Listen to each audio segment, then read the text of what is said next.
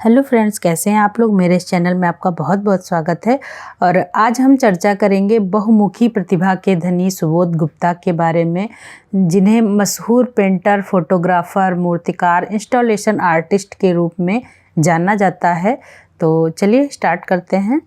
बिहार के एक छोटे से कस्बे में जन्मे सुबोध गुप्ता आज कंटेम्परेरी इंडियन आर्ट का चमकता हुआ सितारा हैं और इन्होंने बेहद मामूली दिखने वाली चीज़ों में अपनी अभिव्यक्ति का जरिया बनाकर सुबोध गुप्ता ने अभूतपूर्व कला को संभव बनाया है।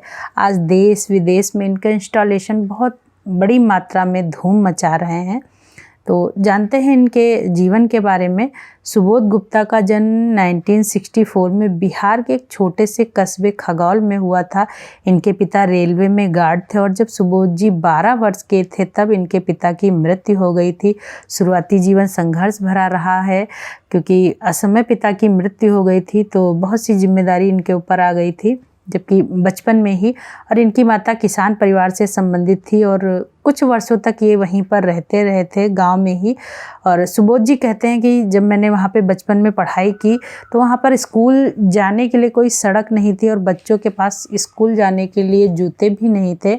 तो जाहिर सी बात है, बिहार में शिक्षा का स्तर हमेशा से थोड़ा सा ख़राब रहा है। और स्कूल ख़त्म होने पर सुबोध जी बताते हैं कि खगौल में एक छोटे से थिएटर ग्रुप में ये शामिल हो गए थे और वहाँ पर इन्होंने अभिनेता के रूप में अभिनय किया था नाटकों में। और वहाँ पर नाटकों का विज्ञापन करने के लिए पोस्टर भी तैयार किए थे इन्होंने और इसके बाद ही इनका मन वहीं से, जब पोस्टर इन्होंने बनाए थे विज्ञापन के लिए, नाटकों का विज्ञापन करने के लिए, तो वहीं से इनका मन कला में करियर बनाने के लिए इनका मन में विचार आने लगा था। और इन्होंने 1983 और 1988 के बीच में college of arts and crafts Patna में अध्ययन किया और उसी के दौरान इन्होंने एक समाचार पत्र में भी एक चित्रकार के रूप में थोड़े दिनों के लिए काम भी किया था।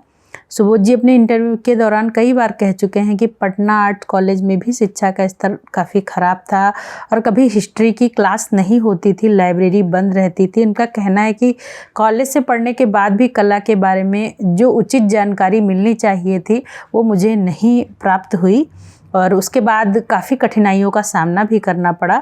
सुबोध जी स्नातक होने के बाद दिल्ली चले गए और कई वर्षों तक संघर्ष किया। उनके करियर के जो शुरुआती मोड़ हैं वो 1999 में फुकुओका आर्ट म्यूज़ियम में आयोजित फुकुओका एशियन आर्ट ट्राइनेले में और सन 2000 में ग्वागजू बिएनेले में प्रदर्शित हुआ था। यहीं से इनके काम का प्रदर्शन होने की शुरुआत हुई थी। इनके काम को फ्रांसीसी शल्य चिकित्सक मार्शल डुचम्प की परंपरा से मिलता जुलता बताया गया है। सन 2002 में सुबोध जी ने अपने काम को न्यूयॉर्क में आर्मरी शो में प्रदर्शित किया, लेकिन वहाँ पर इन्हें कोई अच्छा रिस्पांस नहीं मिला था। उसके बाद 2005 फ्रीज और 2006 में आर्ट बेसेल में उन्होंने प्रदर्शन किया और 2006 में ही फ्रांसीसी कला फ्रांसवा पिनाउल्ट ने इनकी मूर्ति कला वेरी हंग्री गार्ड, आप पिक्चर में देख सकते हैं, को खरीदा था, जो कि एक विशालकाय एल्युमिनियम रसोई के बर्तनों से बनी हुई खोपड़ी थी जिसका वेट जो है 1000 किलोग्राम था। सुबोध जी वर्तमान में भारत के सबसे महंगे समकालीन कलाकारों की सूची में सबसे मूल्यवान भारतीय कलाकारों में से एक जाने जाते हैं और इनके काम को विदेशों में भी बहुत सराहना मिली है। और यूँ कहें कि विदेशों से ही इनके करियर की शुरुआत हुई है। सुबोध जी को मुख्य रूप से 2 कला दीर्घाओं नेचर मोर्टे और हॉसर एंड विर्थ द्वारा दर्शाया गया है। सुबोध जी पूरे भारत में हर रोज़ की वस्तुओं को शामिल करने के लिए सबसे ज़्यादा जाने जाते हैं। जो हमारे दैनिक जीवन में चीज़ें उपयोग होती हैं, हमारे रसोई घर में जो चीज़ें उपयोग होती हैं, उन बर्तनों को और दैनिक जीवन में प्रयोग होने वाली सारी चीज़ों को ये अपने काम में प्रयोग करते हैं, इसलिए ये सबसे ज़्यादा इसलिए जाने जाते हैं। सुबोध जी ने अपनी कला में हमेशा नए सामने आ रहे माध्यमों को दिलचस्प और अलग तरह का इस्तेमाल किया है, क्योंकि उन बर्तनों को तो हम रोज़ देखते हैं पर उसको क्रिएटिविटी बनाकर प्रयोग किया है। तो ये एक अलग चीज़ है इनके माध्यम में। और नए नए माध्यमों के बीच भी सुबोध जी के भीतर कलाकार हर बार घर वापसी की बात करता है। घर, गोबर, गाय, रसोई घर के बर्तन, स्टील टिफ़िन बॉक्स आदि चीज़ें समकालीन भारतीय यथार्थ के मार्मिक प्रतीक हैं, जो कि डेली हम लोगों के जीवन में हम लोग देखते हैं। ऐसी साधारण वस्तुओं से ये मूर्तियाँ बनाते हैं जो उनकी मातृभूमि के आर्थिक परिवर्तन को दर्शाती है। आम भारतीय मध्यवर्गीय जीवन में रसोई के बर्तनों को सुबोध जी ने कला के एक बड़े अनुभव में बदल दिया है। वे कहते हैं कि ये सभी चीज़ें मुझे बचपन से लेकर जवानी तक का सफ़र याद दिलाती हैं। और उनके कई कार्य अपने आप में बहुत महत्वपूर्ण हो गए हैं, जो कि बहुत ज़्यादा प्रसिद्ध हुए, जाने जाते हैं। सुबोध जी ने अपने काम में भारतीय संस्कृति के लिए जैविक सामग्री को अपनाया, जो शायद हम सबके जीवन से जुड़ा है। हम सब भी इन चीज़ों से जुड़े हुए हैं। तो कुछ महत्वपूर्ण काम हैं उनके बारे में थोड़ा सा जान लेते हैं। माई मदर एंड मी, ये देखिए, ये जो इनका काम है ये नेट में आपके कई बार पूछा जा चुका है। माई मदर एंड मी 1997 में यह बनाया था इन्होंने। और यह एक बेलनाकार संरचना है जो 10 फुट ऊंची है। गोबर से बनी राख की परत के साथ पूरे फर्श पर फैली हुई है और इसमें गोबर को दिखाया गया है। तो अपने बचपन को ये याद करते हुए इन्होंने इसको बनाया है, जो इनकी यादें हैं बचपन की।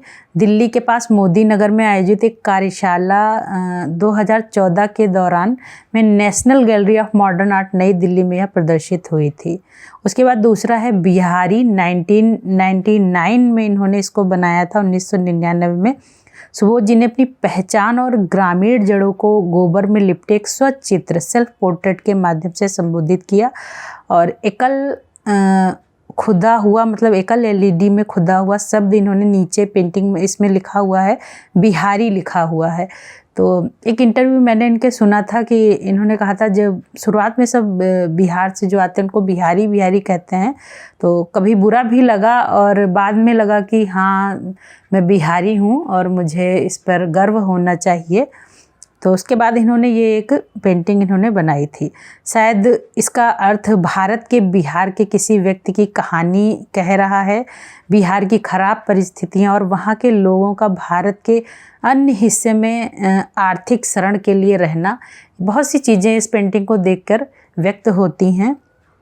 उसके बाद दूसरा है वेरी हंग्री गॉड, 2006 में इन्होंने बनाया था। इसमें एक विशाल खोपड़ी है जो कि रसोई के बर्तनों से बनाई गई है।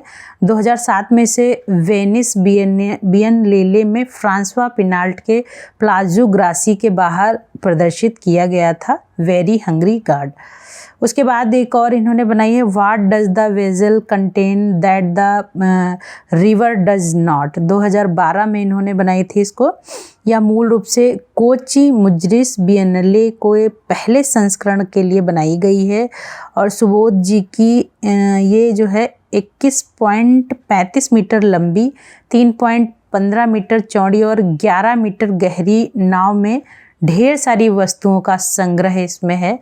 और कुर्सियां हैं, बेड है, मछली पकड़ने का जाल है, इसके अंदर नाव बनाई गई है ये, और खिड़की का फ्रेम है। बहुत से ऐसे बर्तन भी इसमें रखे हैं जो शायद अब चलते भी नहीं हैं। ठीक है, और तो ये इनके कुछ महत्वपूर्ण काम हैं ये, और याद कर लीजिएगा, पूछा जाता है एग्जाम उसमें क्वेश्चन पेपर में। इनके कामों को सार्वजनिक संग्रहालयों में व्यापक रूप से प्रदर्शित किया गया, और जिसमें 2008 में इन्होंने लाइन ऑफ कंट्रोल एक बनाया था। इन्होंने एक मशरूम है, बादल है, पूरी तरह से बर्तनों और धूपदानों का निर्माण किया गया है इसमें। 2000 में से ब्रिटेन में प्रदर्शित किया गया था।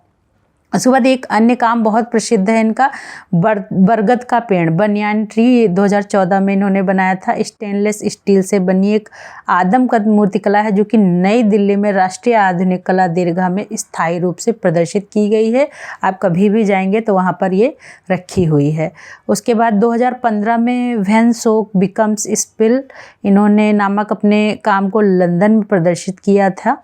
और उसके बाद 2008 में 7 समंदर पार नाम के कैनवास के काम को 34 मिलियन रुपए में ये काम इनका बिका था, जो कि इन्होंने अपने होम स्टेट राज्य जो बिहार में बाढ़ आई थी, वहाँ पे जो पीड़ित लोगों की सहायता के लिए इन्होंने दान दिया था।